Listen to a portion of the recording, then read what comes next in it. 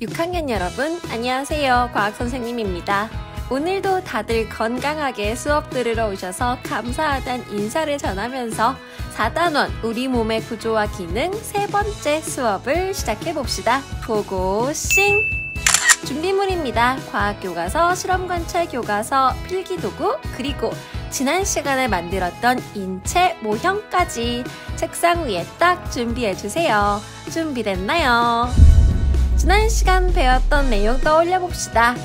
우리가 살아가는 데 필요한 일을 하는 몸속 부분을 이것이라고 합니다. 뭐라고 했나요? 1번 빈칸? 그쵸, 기관이요. 기억하고 있는 똑똑이 아주 기특해. 쭉쭉 맞춰봅시다. 기관 중에서 움직임에 관여하는 이것과 이것을 이것기관이라고 하기로 했어요. 뭐와 뭐요? 그치, 뼈와 근육. 무슨 기관? 운동기관이라고 한다고요. 먼저 뼈는요, 몸의 형태를 만들어주고 몸을 곧게 뭐 하는 역할? 맞아, 지지하는 역할을 하며 심장이나 폐, 뇌 등 내부를 어떻게 합니까? 그치, 지켜주죠. 내부를 보호합니다. 뼈가 없다면 우리는 제대로 곧게 설 수도 없을 거고요. 내부 기관들을 안전하게 가둬둘 수도 없었을 거예요. 이러한 뼈는 스스로 움직일 수 있나요? 아니요, 없었지. 근육이 있어야 움직일 수 있습니다. 근육은 뼈에 연결되어 있어 길이가 줄어들거나 늘어나면서 어떻게 해서 몸을 움직일 수 있게 합니까? 맞아, 근육이 길이가 변화하면서 뼈를 움직여서요, 우리 몸이 움직일 수 있게 한다고 배웠습니다. 이 사실을 어떻게 알았죠, 우리가? 실험을 통해서 알았죠. 뼈와 근육 모형 실험을 통해서 확인했습니다. 우리 똑똑이들 잘 기억하고 있나요? 납작한 빨대, 뭘 의미한다고요? 맞아요, 뼈를 의미하고요. 비닐봉지가 근육을 의미하는 거죠. 모형에 바람을 불어넣어서 팔을 굽혀봤습니다. 비닐봉지의 길이가 변화하면서 뼈가 따라서 움직였어요. 언제 팔이 구부러졌나요? 팔 안쪽 근육이 어떻게 되면서 팔 안쪽 근육이 줄어들면요, 뼈가 같이 따라서 올라와서 팔이 구부러졌고요.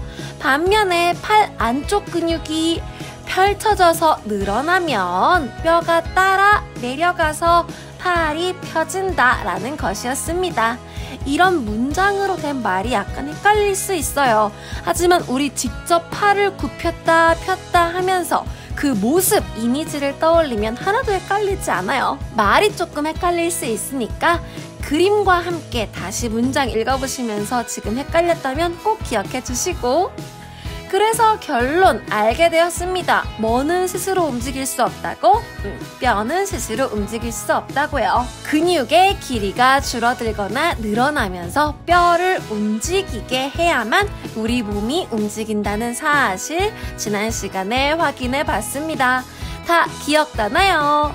아, 떠올리느라 고생했어. 그럼 바로 책을 펼쳐보자. 교과서 82쪽, 83쪽입니다. 오늘의 학습 주제 읽어봅시다. 시작! 우리가 먹은 음식물은 어떻게 될까요? 맛있겠다. 배고프다. 여러분은 삼시세끼 아침, 점심, 저녁 잘 챙겨 먹고 계신가요? 한 사람은 하루에 평균적으로 약 1kg에서 2.7kg의 음식을 섭취한다고 합니다. 1년이면 365kg이 넘는 양이죠. 사람에 따라 다르겠지만 평균적인 수명에 따르면 사람은 평생 약 28,800kg이 넘는 음식을 먹게 됩니다. 어마어마한 양이죠. 우리가 이만큼이나 먹지만 우리는 그만큼의 무게를 평생 지고 살진 않습니다. 우리 몸속으로 들어간 음식물은 어떻게 되길래 그럴까요?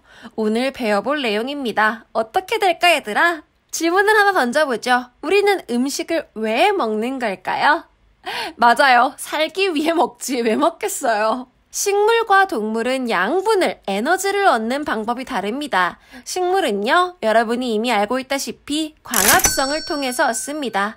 햇빛을 받고 비만 맞으면 자연스럽게 살아갈 수 있어요. 하지만 인간을 비롯한 우리 동물은 다릅니다.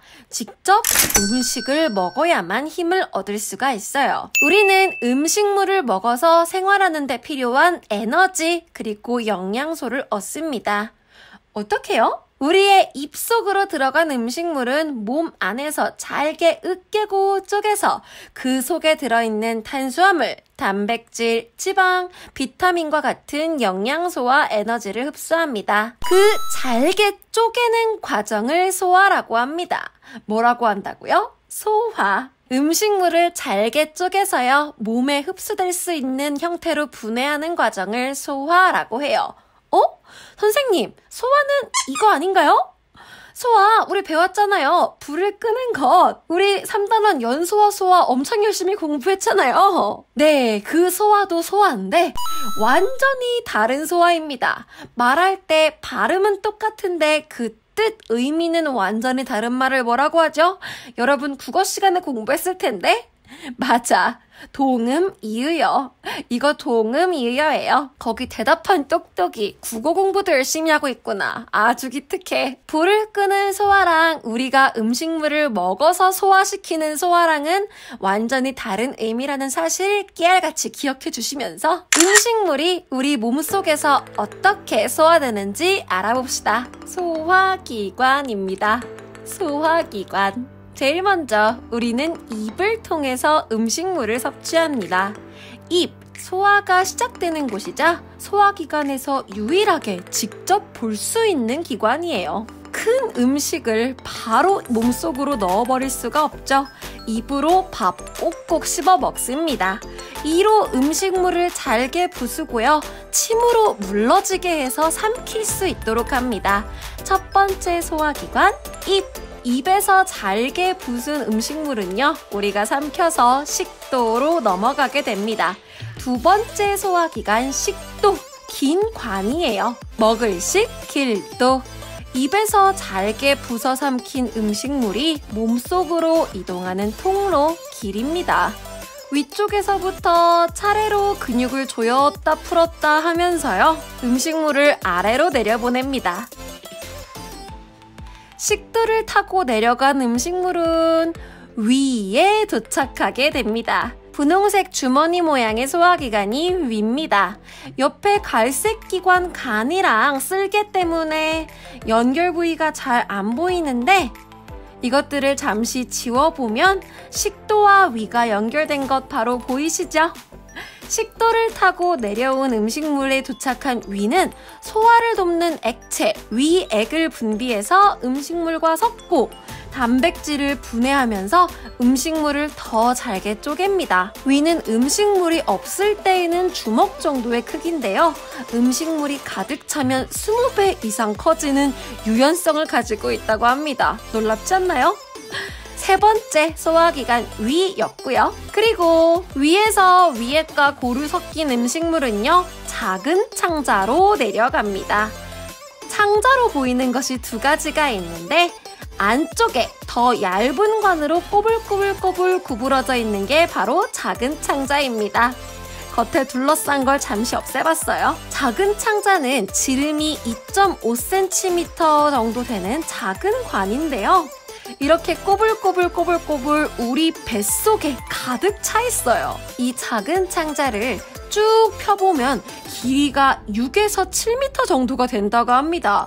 사람 키가 2m가 거의 안 되는데 엄청난 길이죠, 진짜? 이렇게 작은 창자의 긴 통로를 꾸불꾸불 지나면서요, 이미 잘게 쪼개진 음식물을 한 번 더 잘게 분해하고 음식물 안에 들어있는 대부분의 영양소를 작은 창자에서 흡수합니다. 그러고 남은 찌꺼기는 다음 소화기관으로 보내지게 돼요. 그게 바로 큰 창자입니다. 작은 창자를 감싸고 있는 더 굵은 창자죠. 큰 창자는 작은 창자보다 지름이 약 2배 정도로 관이 더 굵기 때문에 큰 창자라고 합니다. 길이는 약 1.5m 정도 된다고 해요. 쭉 폈을 때. 큰 창자는 이미 입에서부터 식도 위 작은 창자까지 거쳐오면서 영양소는 다 흡수되고 남은 찌꺼기가 도착하게 됩니다. 마지막으로 찌꺼기에서 수분을 흡수해서 부피를 줄여서 변의 상태로 바깥으로 내보내게 됩니다. 어디로 내보낼까요? 바로 항문입니다. 항문, 큰 창자에서 이어져 몸 밖으로 나가는 마지막 소화기관이에요. 소화되지 않은 음식물 찌꺼기를 똥이죠. 몸 밖으로 배출합니다. 그렇게 하면 소화 끝. 이렇게 우리 몸은 입에서부터 식도, 작은 창자, 큰 창자, 항문까지를 거쳐서 음식물을 소화시킵니다. 이런 기관을 뭐라고 한다고요? 네, 소화기관이라고 합니다. 그런데 중간에 그림에는 있는데 살펴보지 않은 기관들이 있죠? 이 세 가지, 왼쪽에서부터 갈색 큰 역삼각형 모양의 간, 어두운 초록색 작은 기관이 쓸개, 옅은 핑크색 이자, 왼쪽에서부터 차례로 간, 쓸개, 이자가 있는데요. 이것들은 음식물이 직접 지나가서 잘게 쪼개면서 소화를 하는 소화기관은 아니지만 소화를 잘 되게 해주는 물질을 내보내고 보관하는 등 소화에 도움을 주는 기관이에요. 그래서 보통 소화기관 모형 그림에 같이 표현을 합니다. 얘네들은 소화기관은 아니고 소화에 도움을 주는 기관, 소화를 도와주는 기관이에요. 간, 쓸개, 이자. 여기까지 소화기관이었습니다. 네, 3D로 소화기관, 소화를 도와주는 기관 살펴보고 왔습니다. 교과서 83쪽 오른쪽 여자아이에 그대로 다 표시되어 있는 것도 보이시지요? 한번 확인해 보시고요. 왼쪽 보시면 아이가 직접 태블릿을 이용해서 소화 그리고 소화기관에 대해서 조사하고 있습니다. 선생님이 오늘 직접 알려드릴 지식은 여기까지가 솔직히 거의 다예요. 이따 같이 조금 더 정리해보는 시간을 가지긴 할 건데 그 전에 여러분들도요, 여러분들이 직접 소화 그리고 소화기관에 대해서 검색해보는 시간을 갖도록 할게요. 우리 인체는 사실 너무나도 신비해서요. 파헤치면 파헤칠수록 더 깊게 알아볼 내용이 엄청 많답니다. 여러분들이 직접 온라인으로 조사해 보시면서 조금 더 깊게 알아보도록 할게요. 한 10분 정도 시간 갖고 다시 수업으로 돌아옵시다. 잠시 스스로 검색하시면서 조사해보고 오세요. 일시정지. 재생.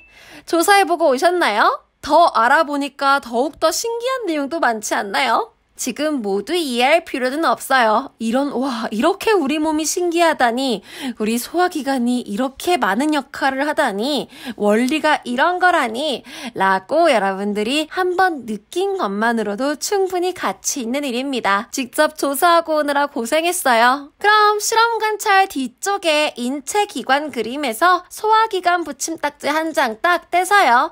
우리 만들어놨던 인체 모형에 붙여주세요.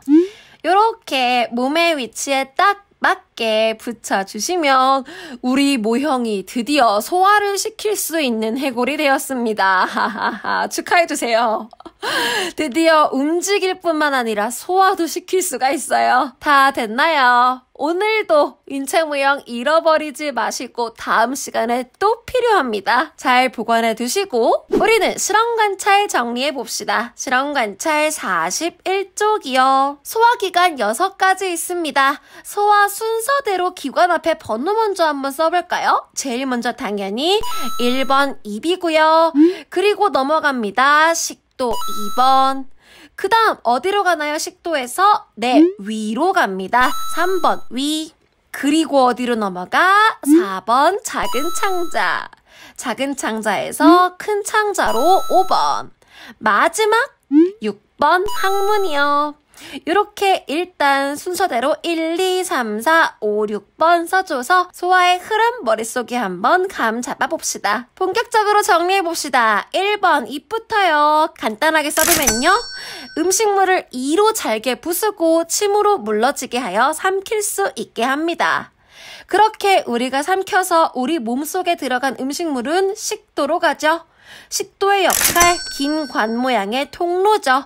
음식물을 위로 이동시킵니다. 또박또박 정리하시면서 머릿속에 기억해주세요. 다 썼나? 식도를 타고 음식물 어디로 간다고? 그렇죠. 3번 위로 갑니다. 위로 음식물이 내려왔습니다. 위 일단 주머니 모양이고요. 위에서는 소화를 돕는 액체가 나와요. 그 액체 뭐라 그랬더라? 맞아, 위액. 위액과 음식물을 섞어서 더 잘게 분해하고 음식물을 잘게 쪼갭니다. 위에서 잘게 쪼갠 음식물은 어디로 가지요? 맞아, 4번 작은 창자. 작은 창자 특징, 아주 꼬불꼬불한 관 모양입니다. 펼치면 거의 6, 7m 가까이 된다고 했죠. 음식물을 더 아주 잘게 분해함과 동시에 꼬불꼬불꼬불 길게 지나가면서 영양소의 대부분을 흡수합니다. 그렇게 영양소 흡수 거의 다 되고 남은 찌꺼기가 큰 창자로 가는 거지요. 큰 창자, 작은 창자를 둘러싸고 있습니다. 관이 더 굵습니다. 그래서 큰 창자. 음식물 찌꺼기에 남은 수분마저 쫙쫙 빨아들여서 부피를 줄여요. 그렇게 남고 남은 쪽쪽 빨린 진짜 찌꺼기가 어디로 간다? 네, 마지막 6번 항문으로 간다. 소화되지 못한 음식물 찌꺼기를 몸 밖으로 배출한다. 그게 뭐다? 똥이다. 여기까지 머릿속에 쭉 흐름 보시면 다 이해되시죠? 예쁘게 바른 글씨로 정리하시면서 머릿속에 그대로 저장해 주세요. 일시정지하시고 기록, 재생 다 이렇게 예쁘게 정리됐나요? 아이 잘했어. 귀찮지. 쓰는 거 귀찮아. 맞아. 하지만 그냥 보는 것보다는 여러분들이 선생님의 질문에 대답하고 그리고 직접 손으로 써가면서 머리를 능동적으로 쓸 때 뭔가 머리를 쓰려고 노력을 할 때 지금 배우고 있는 것들이 온전히 여러분들 것이 됩니다. 조금만 더 힘내봅시다. 화이팅 화이팅. 우리 몸은 우리가 입으로 먹은 음식물을요 식도를 통해서 우리 몸속으로 보내요. 식도를 지나서 위, 그리고 작은 창자, 그리고 큰 창자를 거치면서 흡수되고 나머지 항문으로 나가서 몸 밖으로 뚱으로 배출시킨다. 이렇게 우리 순서, 소화의 흐름 머릿속에 다 들어오시나요? 밑에 마지막으로 정리해볼까요? 음식물이 소화되는 과정 써봅시다. 1번부터 6번 순서대로 위에 그림 안 보고 쓰면 더 좋죠? 입, 식도, 위, 작은 창자, 큰 창자, 항문. 한번 입으로 되새겨보세요. 입, 식도, 위, 작은 창자, 큰 창자, 항문. 머릿속으로 그 그림을 떠올리면서 순서가 말로 떠오를 수 있도록 기억해 주시면요. 오늘 실험 관찰도 완성! 복습 퀴즈 딱 3문제만 풀어봅시다. 땡땡은 읽어볼까요? 시작! 땡땡은 우리 몸에 필요한 영양소가 들어있는 음식물을 잘게 쪼개 몸에 흡수될 수 있는 형태로 분해하는 과정이다. 소화죠. 오늘의 학습 주제였습니다. 음식 너무 커요. 우리 몸이 소화시키기에. 그렇기 때문에 소화기관들을 거쳐서 잘게 쪼개고 영양소를 흡수하는 겁니다. 시작! 소화로 우리가 생활하는데 필요한 뭐와 뭐를? 네, 에너지와 영양소를 음식물에서 얻습니다. 힘을 얻기 위해서 우리는 음식물을 먹어요. 2번, 몸속 기관 이름 말해봅시다. 긴 관, 이거 뭐야? 식도. 그리고 꼬불꼬불꼬불 저 관은요? 맞아, 작은 창자. 작은 창자, 큰 창자 조금 헷갈릴 수도 있어요. 헷갈리지 마세요. 작은 창자가 안에 꼬불꼬불 들어있는 관, 지름이 더 작은 관, 하지만 더 길죠. 큰 창자, 작은 창자를 감싸 둘러싸고 있는 항문이랑 연결된 관. 그게 큰 창자. 마지막 3번 음식물 지나가는 기관. 소화의 순서죠. 소화 과정 몇 번? 잘 봐봐. 몇 번? 그치? 4번 읽어봅시다. 시작. 입, 식도, 위, 작은 창자, 큰 창자, 항문. 절대 까먹지 마. 그럼 오늘 공부는 여기까지. 오늘은요, 소화기관에 대해서 알아봤어요. 우리 몸속 소화기관들이 우리를 살아가게 하려고 힘을 얻기 위해서 음식물을 계속 잘게 부숴가며 일하고 있었습니다. 하지만 우리가 애초에 입에서부터 꼭꼭 씹어먹지 않으면 우리 몸속 소화기관이 너무너무 힘들 거야. 우리 소화기관들에 여러분들이 먹은 거 다 부수고 영양소 흡수해가며 소화시키느라 고생이 많다. 기특하다 여겨주시고요. 여러분들이 직접 식사하실 때부터 입에서부터 꼭꼭 씹어 먹는 습관 들여주시는 게 우리 몸속 건강을 위해서 좋습니다. 오늘 공부도 정말 고생하셨어요. 밥 꼭꼭 씹어 먹기로 약속합시다. 건강합시다. 다음 시간에 만나요. 안녕.